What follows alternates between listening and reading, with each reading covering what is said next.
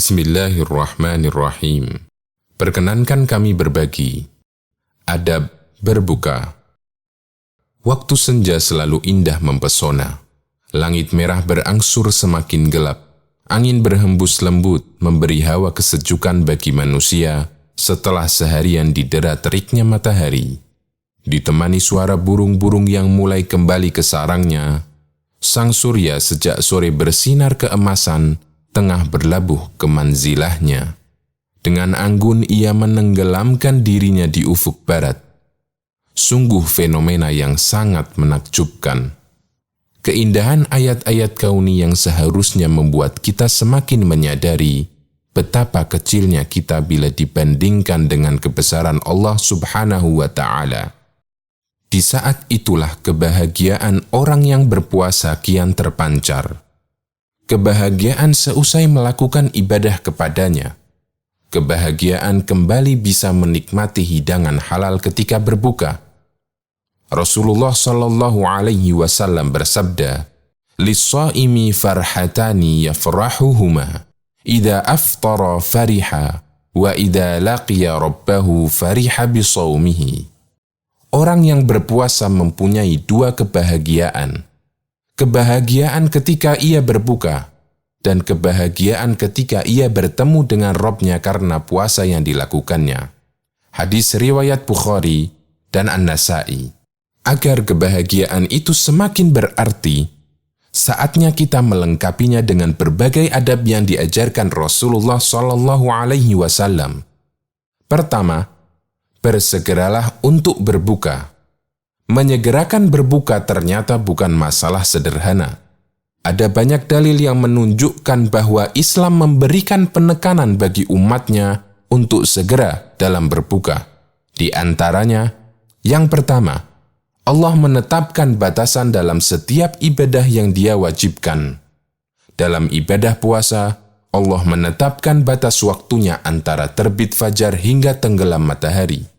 Allah berfirman, "Wa kulu washrabu hatta yatabayyana lakumul khaytul abyadu minal khaytil aswadi minal fajr, thumma atimmus siyama ilal lail." Makan minumlah hingga terang bagimu benang putih dari benang hitam, yaitu terbit fajar. Kemudian sempurnakanlah puasa itu sampai datang malam. Quran Surat Al-Baqarah ayat 187. Karena itu, menyegerakan berbuka puasa hakikatnya memenuhi batasan yang Allah berikan dalam beribadah. Dan Allah mencintai ketika orang memenuhi batasan yang Dia tetapkan. Allah berfirman, "Tilka hududullahi wa may yuti'illaha wa rasulahu yudkhilhu jannatin tajri min tahtihal anhar khalidina fiha." Itu adalah ketentuan dan batasan Allah. Barang siapa taat kepada Allah dan Rasul-Nya, niscaya Allah memasukkannya ke dalam surga yang mengalir di dalamnya sungai-sungai, sedang mereka kekal di dalamnya. Quran Surat An-Nisa ayat 13. Rasulullah Shallallahu Alaihi Wasallam menjanjikan umatnya akan selalu mendapatkan kebaikan selama mereka menyegerakan berbuka. Dari Sahal bin Sa'ad radhiyallahu anhu, Rasulullah Shallallahu Alaihi Wasallam bersabda, "La yazalun nasu bi khairin ma'ajjalul fitrah." Umat Islam senantiasa berada dalam kebaikan selama mereka menyegerakan berbuka. Muttafaqun alaih. Kaum muslimin mendapatkan kebaikan ketika menyegerakan berbuka karena mereka mengikuti sunnah. Nabi Shallallahu Alaihi Wasallam bersabda, "La tazalu ummati ala sunnati ma lam tantadir bi fitrihan nujum." Umatku akan senantiasa berada di atas sunnahku selama mereka tidak menunggu terbitnya bintang ketika berbuka. Hadis riwayat Ibnu Hibban dan disahihkan Syuaib Al-Arnaud. Menyegerakan berbuka merupakan pembeda antara cara puasa kaum muslimin dengan cara puasanya Yahudi dan Nasrani.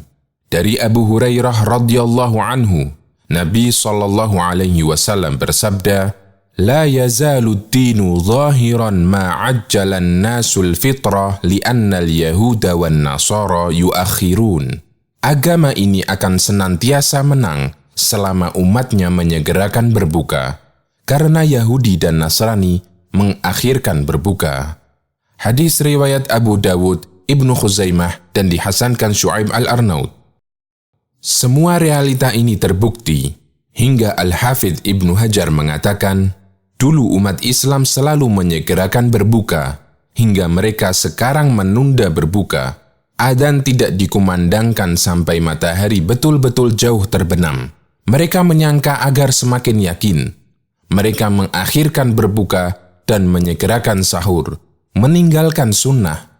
Karena itu, kebaikan mereka sedikit dan banyak keburukan di tengah mereka. Allahul Musta'an. Kita bisa saksikan orang Syiah dengan segala penyimpangan dan kesesatannya, ternyata mereka memiliki tradisi menunda berbuka.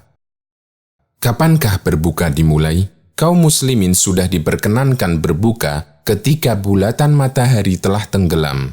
Sekalipun warna merah di ufuk masih sangat terang, karena warna merah ini tidak diperhitungkan. Abdullah bin Abi Aufa menceritakan, kami pernah melakukan safar bersama Rasulullah SAW pada saat puasa. Ketika matahari telah tenggelam, beliau memanggil sahabatnya, "Wahai fulan, mari kita hidangkan makanan kita." "Ya Rasulullah, ini masih terlalu siang," jawab sahabat karena melihat langit yang masih cerah. Namun, Nabi SAW tetap memerintahkannya untuk turun dan menghidangkan makanan. Kemudian beliau bersabda, "Idza ra'aitumul laila qad aqbala min hahuna faqad aftara as-sha'im." Apabila kalian melihat malam telah datang dari arah barat, berarti orang yang puasa mulai berbuka. Muttafaqun alaih. Kedua, berdoa sebelum mulai berbuka. Karena menjelang berbuka termasuk doa yang mustajab. Dari Abu Hurairah radhiyallahu anhu, Rasulullah SAW bersabda, "Salasatun la turaddu da'watuhum, al-imamul adilu, was-sha'imu hatta yuftira, wa da'watul mazlum." Ada 3 doa yang tidak tertolak. Doa pemimpin yang adil, doa orang yang berpuasa sampai ia berbuka, dan doa orang yang terzalimi. Hadis riwayat Tirmidzi, Ibnu Majah, dan dihasankan Ibnu Hajar. Dalam riwayat lain dari Abdullah bin Amr bin As, dinyatakan, "Inna lis-shaimi 'inda fitrihi la da'watan la turad." Doa orang yang berpuasa ketika berbuka tidaklah tertolak. Hadis riwayat Ibnu Majah. Anda bisa membaca doa apapun sesuai yang Anda inginkan di penghujung puasa Anda. Semoga Allah memperkenankan doa kita. Ketiga, jangan lupa membaca basmalah ketika mulai berbuka. Aturan makan berlaku ketika berbuka, di antaranya membaca basmalah sebelum makan. Dari Aisyah radhiyallahu anha, Rasulullah SAW bersabda, "Idza akala ahadukum falyadhkur ismallahi ta'ala, fa in nasiya an yadhkura ismallahi ta'ala fi awwalihi falyaqul bismillahi awwalahu wa akhirahu." Apabila salah seorang di antara kalian makan, maka hendaknya ia menyebut nama Allah Ta'ala, yaitu membaca bismillah. Jika ia lupa untuk menyebut nama Allah Ta'ala di awal, hendaklah ia mengucapkan bismillahi awwalahu wa akhirahu, dengan nama Allah pada awal dan akhirnya. Hadis riwayat Abu Dawud, Tirmidzi, dan disahihkan oleh Al-Albani. Keempat, hidangan sunnah ketika berbuka. Dianjurkan untuk mengawali berbuka dengan beberapa biji kurma basah. Jika tidak ada, berbuka dengan kurma kering. Dan jika tidak ada, berbuka dengan minum air. Anas bin Malik radhiyallahu anhu menceritakan, "Kana Rasulullah sallallahu alaihi wasallam yuftiru ala rutabatin qabla an yusalliya, fa illam takun rutabatun fa'ala tamaratin, fa illam takun hasawatin min ma." Rasulullah sallallahu alaihi wasallam terbiasa berbuka dengan beberapa biji kurma basah sebelum sholat maghrib. Jika tidak ada, beliau berbuka dengan beberapa biji kurma kering. Jika tidak ada, beliau minum beberapa tegak air. Hadis riwayat Ahmad, Abu Dawud, dan disahihkan Syu'aib Al-Arnaud. Kelima, membaca doa seusai berbuka. Sebagian ulama mengatakan doa yang sahih dari Nabi SAW seusai berbuka adalah lafaz "Dhahabat dhama'u wa batallatil uruqu wa thabatal ajru insyaallah." Rasa haus telah hilang dan urat-urat telah basah dan pahala telah ditetapkan insyaallah. Doa ini berdasarkan hadis dari Ibnu Umar radhiyallahu anhuma bahwa beliau menceritakan, "Kana Rasulullah sallallahu alaihi wasallam idza aftara qala dhahaba adh-dhama'u wa batallatil 'uruqu wa thabata al-ajru insyaallah." Rasulullah sallallahu alaihi wasallam ketika telah berbuka mengucapkan, "Dhahaba adh-dhama'u wa batallatil 'uruqu wa thabata al-ajru insyaallah." Hadis riwayat Abu Dawud dan dihasankan oleh Al-Albani. Adapun lafaz Allahumma laka sumtu wa bika amantu wa ala rizqika aftartu, ini berasal dari hadis dhaif atau lemah, sehingga tidak kita jadikan sebagai dalil. Mula Ali Al-Qari mengatakan, tambahan wa bika amantu adalah tambahan yang tidak diketahui sanadnya. Keenam, memberi hidangan berbuka untuk orang puasa. Nabi SAW menjanjikan pahala besar bagi orang yang memberi hidangan berbuka puasa. Rasulullah SAW bersabda, "Man fattara sha'iman kana lahu mithlu ajrihi ghaira annahu la yanqusu min ajri shaimi syai'a."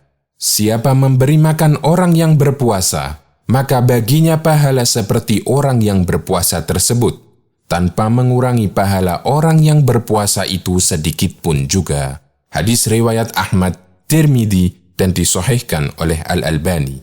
Ketujuh, jika Anda diberi hidangan berbuka oleh orang lain, jangan lupa berterima kasih kepadanya, yaitu dengan mendoakannya.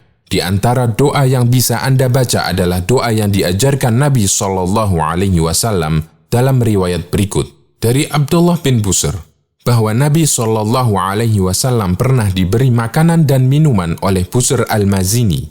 Kemudian beliau mendoakan, Allahumma barik lahum fima rozaqtahum, waghfir lahum warhamhum. Ya Allah, berkahilah rizki yang Engkau berikan kepadanya. Ampuni dan rahmatilah dia. Hadis riwayat Ahmad, Abu Dawud, dan disahihkan oleh Syu'aib al-Arnaud. Dalam riwayat lain, ketika Nabi SAW diberi minum, beliau menghadapkan wajahnya ke langit dan mengucapkan, Allahumma at'im man at'amani wa asqi man asqani. Ya Allah, berilah ganti makanan kepada orang yang memberi makan kepadaku, dan berilah minuman kepada orang yang memberi minuman kepadaku. Hadis riwayat Muslim. Dan ketika Nabi SAW berbuka di rumah Sa'ad bin Ubadah, beliau mengucapkan, Aftara indakumus sa'imuna wa akala ta'amakumul abraru wa sallat alaikumul malaikah. Orang-orang yang berpuasa berbuka di tempat kalian, orang-orang yang baik menyantap makanan kalian, dan malaikat pun mendoakan agar kalian mendapat rahmat. Hadis riwayat Ahmad, Abu Dawud, dan disahihkan oleh Syu'aib al-Arnaud. Semua doa itu bisa Anda ucapkan secara bergantian. Semoga kita tidak lalai dalam mengamalkannya.